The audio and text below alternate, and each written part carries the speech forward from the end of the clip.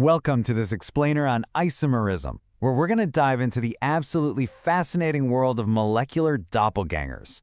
Have you ever wondered how having the exact same atomic Lego blocks can build entirely different chemical realities? It turns out, in the microscopic world, what you're made of is really only half the story. How you're put together? Well, that changes absolutely everything. So what exactly is isomerism? Simply put, it's the phenomenon where two or more compounds have the exact same molecular formula, but a totally different structural arrangement of atoms. Think about those identical Lego bricks we just mentioned. If you take the pieces from a spaceship and rearrange them into a house, you completely change the structure and its function. The parts are identical, but the final results are completely unique.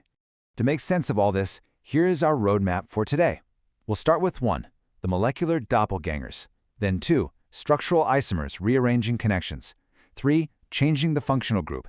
4, stereoisomerism, the 3D puzzle. 5, geometrical isomers, cis and trans. And finally, 6, optical isomers, mirror images.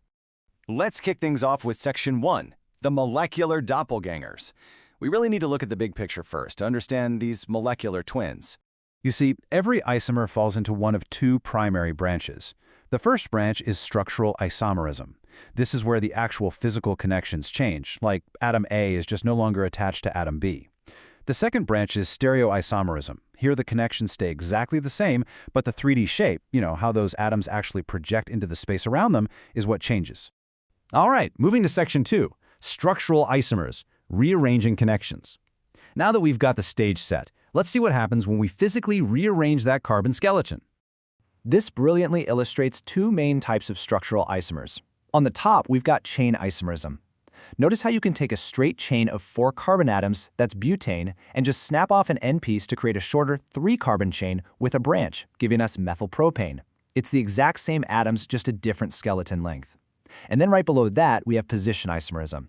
Here, the carbon skeleton stays exactly the same, but we simply move a functional group, like an OH alcohol group, down the line. Shifting it from the end of the chain to the middle turns propan-1-ol into propan-2-ol.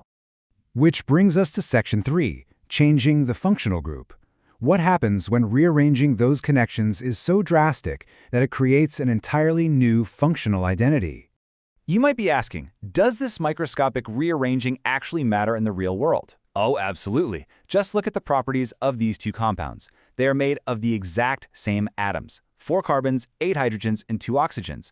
But rearranging them transforms butanoic acid, a highly soluble carboxylic acid, into ethyl ethanoate, which is an ester. And look at those properties. The acid boils at a whopping 164 degrees Celsius. The ester, it's only slightly soluble and boils at just 77.1 degrees. That is a massive drop. Same ingredients, radically different physical and chemical realities. Okay, on to section 4, stereoisomerism, the 3D puzzle. We've covered the structural branch where the connections change, so let's shift gears to stereoisomerism, where the connections are identical but space is utilized differently. Let's dive into section 5, geometrical isomers, cis and trans. This is our first sub-branch here. So, geometrical isomerism happens primarily because of restricted rotation. Think of a central carbon-carbon double bond like a padlock. When 2 carbon atoms share a double bond, they are locked in place. They just can't spin around like single bonds do.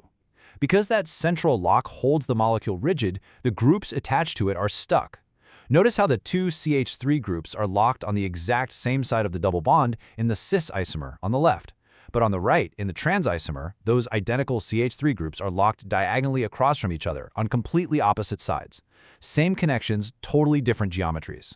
And again, these shapes really matter because trans isomers are highly symmetrical. Their molecules can pack together perfectly in a solid state, kind of like tightly stacked chairs.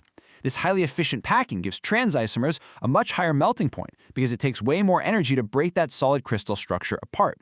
On the flip side, the sort of lopsided cis isomers don't pack as well. But because their groups are clustered on one side, they create a stronger net dipole moment. This higher polarity means cis isomers generally have a higher boiling point and higher solubility in water. Finally, we reach section 6, optical isomers, mirror images. This is the second sub-branch of stereoisomerism, and honestly, it's probably the most mind-bending branch of our entire family tree. Now, for an optical isomer to exist, a very specific condition has to be met. A central carbon atom must be what chemists call chiral. What that means is the carbon atom holds 4 completely different chemical groups. When a carbon has 4 different things attached to it, it creates a unique asymmetry in 3D space. This results in isomers that are mirror images of one another, but they simply cannot be superimposed perfectly on top of each other. If that sounds a bit abstract, just hold up your hands and look at them. Your left and right hands are perfect mirror images, right? But try to lay them flat palm to palm, facing the exact same direction. Your thumbs are going to stick out on opposite sides. There is just no way they can ever perfectly overlap. Well, chiral molecules act exactly the same way. They are physical opposites in 3D space, literally a left-handed molecule and a right-handed molecule. Now here is where it gets tricky. Unlike other isomers, these mirror image molecules have identical boiling points, identical melting points, and identical densities. So how do chemists even know they're different? They do it through a fascinating interaction with light, using an instrument called a polarimeter. Let's walk through exactly how this works. First, ordinary light, which vibrates in all directions, passes through a filter to become plane polarized. This just means the light waves are now all waving in one single, flat plane. This polarized light then travels through a tube containing our chiral solution. And this is where the magic happens. The optically active substance actually physically twists the light. The dextrorotatory or positive isomer will twist the light to the right, clockwise. The levorotatory or negative isomer twists it to the left, anti-clockwise. The analyzer at the end simply measures that exact angle of rotation. It is quite literally the only physical way to tell these twins apart. But this leads us to a really interesting phenomenon. What if you have a perfectly even mix? That is called a racemic mixture. If you mix exactly 50% left-handed molecules with 50% right-handed molecules, one tries to twist the light to the left, and the other tries to twist it equally to the right. The optical activity perfectly cancels out. The light passes through, completely unrotated, showing 0 rotation, making the whole mixture totally optically inactive. And that wraps up our explainer on the incredible architectural map of isomerism. From simply shifting a functional group to create completely different boiling points, to 3D mirror images that literally bend light in opposite directions, it really leaves you wondering, if a simple 4-carbon molecule can take on so many different forms, just how deep does this microscopic Lego set go when building the complex universe, or even your very own DNA? Keep exploring, and we'll catch you on the next one.